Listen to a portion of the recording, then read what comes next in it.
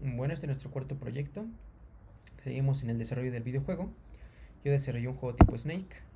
Nuestros objetivos fueron crear utilizando el lenguaje VHDL, un videojuego aprovechando nuestra salida VGA de la tarjeta, utilizar la mayor cantidad de herramientas aprendidas en el curso y programar como mínimo una restricción y una interacción de Game Over. Entonces, como introducción tenemos lo que es el género de Snake, un videojuego que consiste en ir maniobrando al jugador para evitar que salga del escenario o haga contacto con su cuerpo. Para ir aumentando la complejidad para el jugador, cada vez que se obtengan puntos irá aumentando el tamaño de la serpiente. Gracias a la salida VGA de la FPGA, se programó un videojuego tipo Snake que cumple como mínimo con una restricción y una condición de Game Over. Se utilizaron los deep switch de la tarjeta para el movimiento del jugador, en donde un deep switch va a mover al jugador a favor de las manecillas del reloj y con el otro deep switch va a mover el jugador en contra de las manecillas del reloj.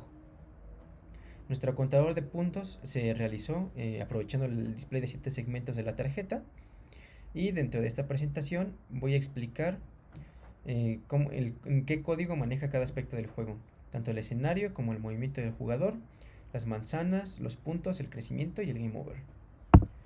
Entonces aquí tenemos nuestro desarrollo de los puntos que expliqué ahorita, que vimos ahorita. Y bueno, los primeros puntos van a ser obviamente nuestras restricciones, la de perder con el escenario, bueno, regresar al punto inicial cada vez que tocamos el escenario, la de ir creciendo cada vez que comemos una manzana y que las manzanas vayan apareciendo al azar. Y nuestra condición de game over obviamente es que si tocamos un borde, perdemos todo nuestro puntaje, y igual nuestro tamaño y todo. Empezamos de cero.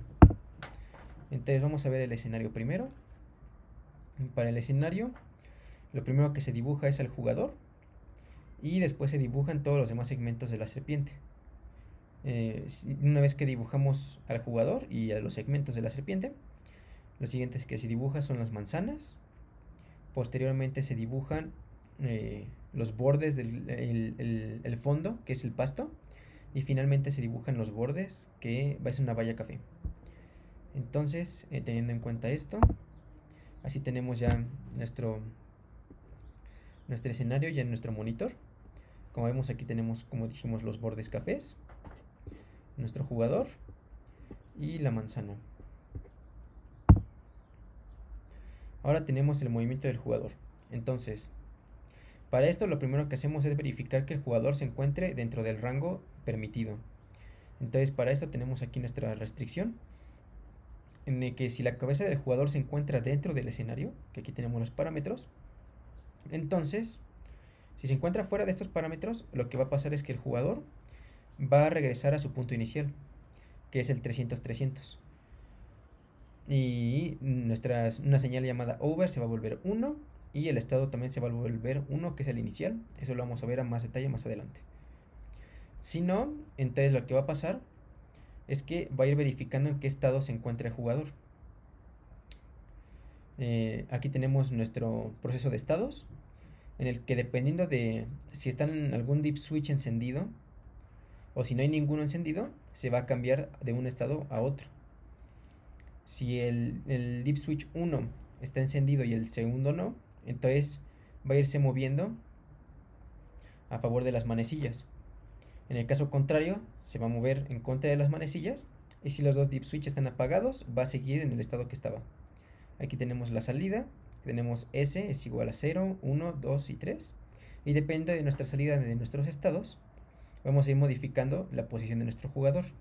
Una salida mueve al jugador en X a favor, otro X en contra, otro Y a favor y otro Y en contra. Aquí tenemos todos nuestros casos.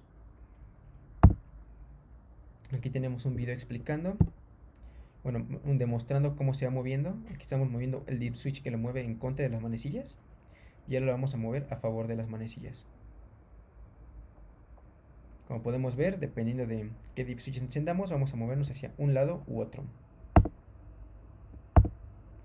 Ahora tenemos el movimiento del cuerpo, en el que obviamente lo que tenemos aquí es un arreglo de tipo serpiente, le llamé. Es un arreglo de 13 elementos, en el cual el primero es la posición inicial del jugador, tanto en X como en Y. Utilicé dos señales. Y los demás elementos de este arreglo van a empezar en cero. Aquí están nuestras señales. Y una vez que tenemos esto, lo que hice es que cada vez que se va moviendo el jugador, con un ciclo for, vamos a ir haciendo que al elemento actual se le asigna la posición del elemento anterior. De esta forma todo el cuerpo va a ir siguiendo la cabeza siempre. Entonces aquí tenemos un video demostrativo de cómo todo el cuerpo va a ir siguiendo el segmento que viene. De esta forma vamos a imitar el movimiento de la serpiente. Vamos a ver. Como vemos, se va a ir moviendo el jugador, se mueve la cabeza y se van moviendo todos los demás segmentos.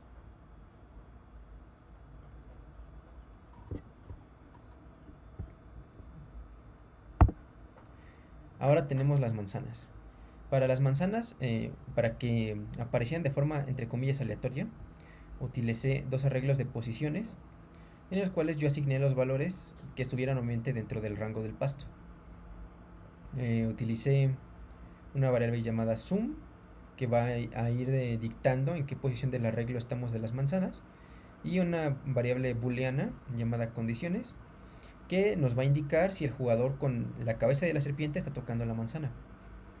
Entonces, la primera condición va a verificar, el primer if va a verificar que no haya manzana, es decir, que Apple valga 0, no hay manzana en el juego.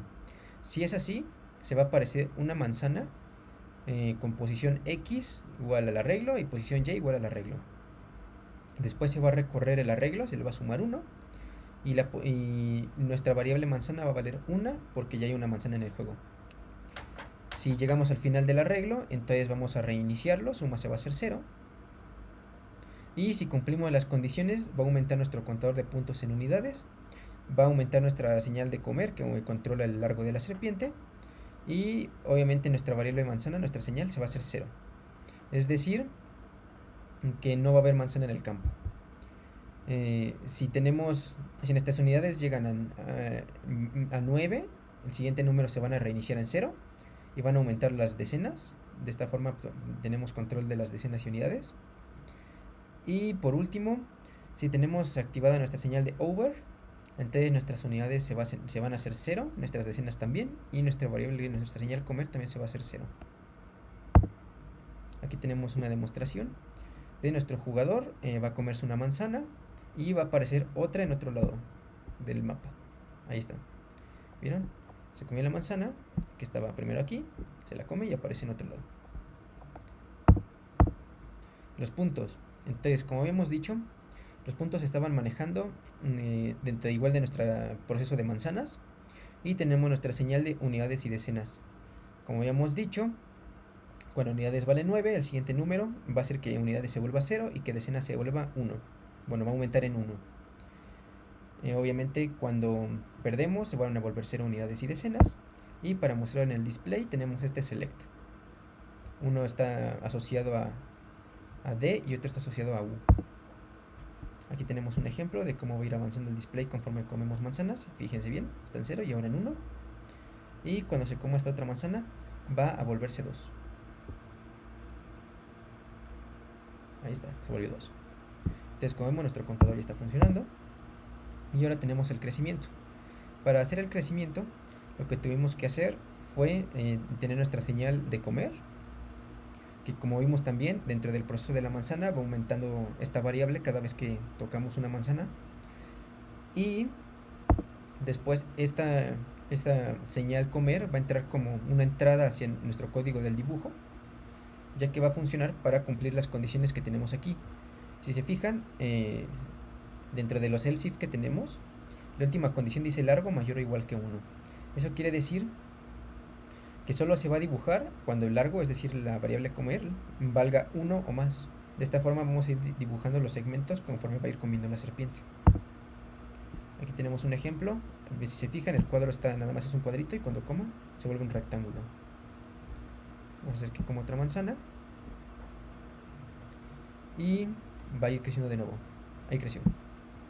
Entonces, como vemos, está funcionando bien la variable de crecer, la señal. Y ahora vamos a ver el game over. Para el game over que tenemos, recordemos que tenemos nuestra señal de game over, en la que si nos salimos del escenario se va a activar, y esto va a hacer que nuestros puntos y nuestro tamaño se reinicie. Y al mismo tiempo, dentro del movimiento, vamos a hacer que se reinicie nuestra posición del jugador y que nuestro estado siempre sea el inicial. Entonces vamos a ver un ejemplo, nuestro game over. Aquí tenemos el game over. Vamos a adelantarle un poco el video. Aquí ya lo avanzamos demasiado.